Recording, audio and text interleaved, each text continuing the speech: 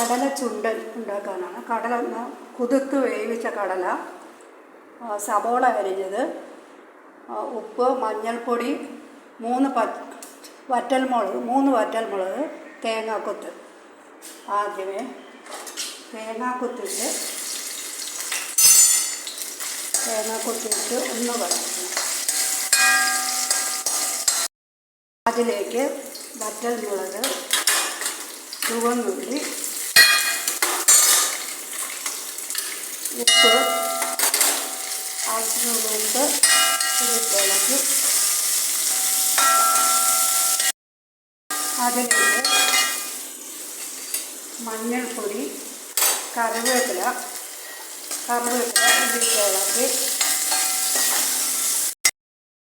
കുതിർത്ത് വേവിച്ച കടലയിട്ട് നല്ലപോലെ ഇളക്കി കത്തിച്ച് കുതിർത്ത് വേവിച്ച കടലയിട്ട് ഇളക്കി കടുക് വറുത്തിട്ട് ഇളക്കി കടുക് വറുത്തിട്ട് കടല ചുണ്ടനെന്നും പറയും, ചുണ്ടനെന്നും പറയും.